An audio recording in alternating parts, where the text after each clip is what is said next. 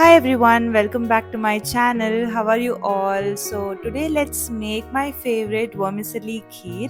To make this in a pan, add 1.5 tablespoon of ghee and to this add some raisins. Fry the raisins until it's nice and fluffy and keep it aside. To the same pan, add some cashews, fry it until it's golden brown and keep them aside as well. And here I'm adding 1 cup of vermicelli. I have taken roasted vermicelli. You can take the normal vermicelli as well. Fry the vermicelli until it's golden brown and to this add 1/4 liter of milk and 1 glass of water. Do not add all the milk at once. Only add half of it and give it a nice mix and cook the vermicelli until it's nice and soft.